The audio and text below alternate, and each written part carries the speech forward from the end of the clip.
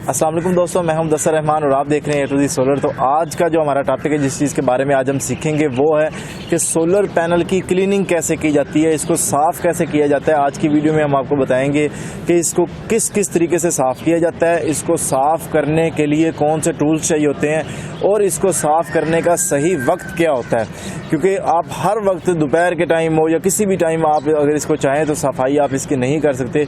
इसका एक प्रॉपरली एक टाइम होता है जिसमें आप इसको साफ़ करते हैं, जिससे सोलर पैनल की एफिशिएंसी पर भी असर नहीं पड़ता। तो वो सब चीज़ें हम आपको आज की इस वीडियो में बताएंगे और आपको दिखाएंगे कि किस तरीके से कौन कौन से घर में आम चीज़ों को इस्तेमाल करते हुए आप सोलर पैनल की सफाई कर सकते हैं। इसकी अहमियत क्या है? इसकी अहमियत ये है कि अगर आपके सिस्टम जो लगा हुआ है उसमें सोलर पैनल पे बहुत ज़्यादा मट्टी या गर्दो गुबार है, तो उससे ये होता है कि आपकी जो कारकर्दगी है सिस्टम की, सोलर पैनल जो आपको आउटपुट दे रहे होते हैं वो 50% से भी कम जो है वो आउटपुट देने लग जाते हैं। यानी अगर आपने 2000 वाट का सिस्टम लगाया है, 2000 वाट के सोलर पैनल लगाए हैं, तो वो अगर डस्ट उन पे होगी तो वो इतनी ज़्यादा एफिशिएंसी डाउन करके 1000 वाट से भी कम पावर आपको दे रहे होंगे। तो इसलिए आज का ये टॉपिक बहुत ज़्यादा अहम है और आप लोगों को हम बताते हैं कि कौन कौन सा तरीका और कैसे कैसे उसको साफ़ किया जाता है। सबसे पहले जो है आपको ये देखना चाहिए कि जब भी आपने सोलर पैनल की सफाई करनी है तो आपने बहुत ज़्यादा धूप के अंदर जो है उसकी सफाई नहीं करनी। उससे ये होगा कि आपका ये जो गिलास है ये बहुत ज़्यादा गर्म होगा और उसकी वजह से जब आप उस पर पानी फेंकेंगे, ठीक है, अगर आप पानी से साफ़ करेंगे तो वो उस पर जो है वो इफ़ेक्ट करेगा।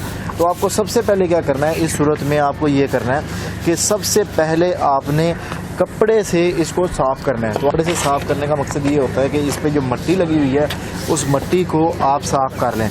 अब अगर कोई परिंदों ने कोई विठे वगैरह की हुई है या कोई ऐसा अगर मामला है तो फिर आप उसको झाड़ू से भी साफ़ कर सकते हैं।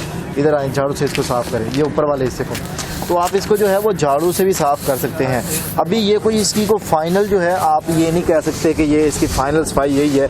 ये इसकी बेसिक स्टार्ट है कि आप इसको अभी मेन जो है इसका ऊपर जो मेन कूड़ा है, जो मेन गंदगी है उसको आप साफ़ करें।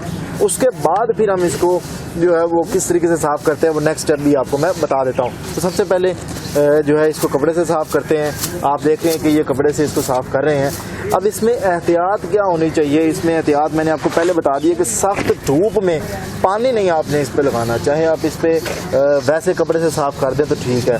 अब अगर ये जो काम है ये आपको तकरीबन हर 15 दिन के बाद जो है या आपको हर महीने के बाद कम से कम आपको करना चाहिए। ये डिपेंड ऑन होता है कि इलाके के जिस इलाके में आप रहते हैं उसके करीब कोई ऐसा मामला तो नहीं है जहाँ पे मट्टी वगैरह होती हो, या ये हर इलाके में डिफरेंट वेरी करता है। तो आपको जो है 15-20 दिन या 30 दिन के अंदर अंदर आपको इसकी सफाई करनी चाहिए। तो चलिए इसके दूसरे तरीके के बारे में मैं आपको बताता हूँ। इस पर पानी जो है वो डायरेक्ट भी फेंक सकते हैं, यानी अभी जिस तरह हम आपको थ्रो से फेंक रहे हैं, और आप जो है और आप इस पे पाइप के थ्रू भी जो है वो पानी को फेंक सकते हैं। यानी भी अगर आपके पास पाइप है तो आप पाइप के थ्रू भी जो है इससे पानी को फेंक सकते हैं।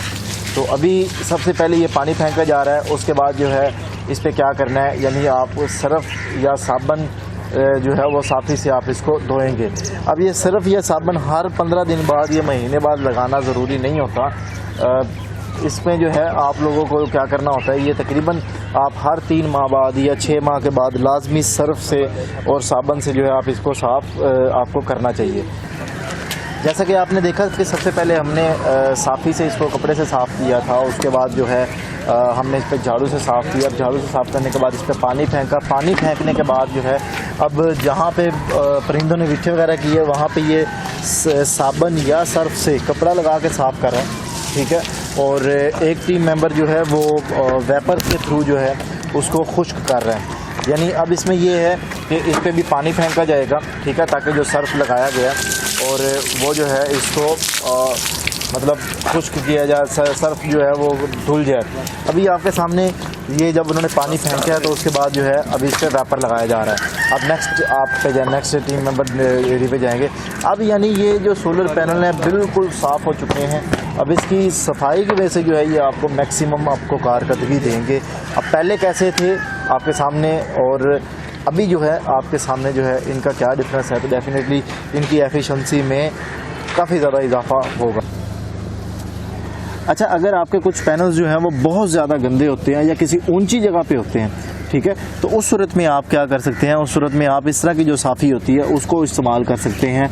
यानी मैंने आपको मुख्तलिफ चीज़ें इसलिए दिखाई हैं कि आपके पास जो चीज़ ईजी अवेलेबल है, चाहे आपके पास साफ़ी है, चाहे आपके पास झाड़ू है, या आपके पास जो है वेपर है, या आपके पास ये पोंछा सफाई करने वाला ये है, या उसके अलावा आपके पास पानी वाला पाइप है, आप उसको जो है उस मतलब सफाई में, सोलर पैनल की सफाई में आप उसको इस्तेमाल कर सकते हैं।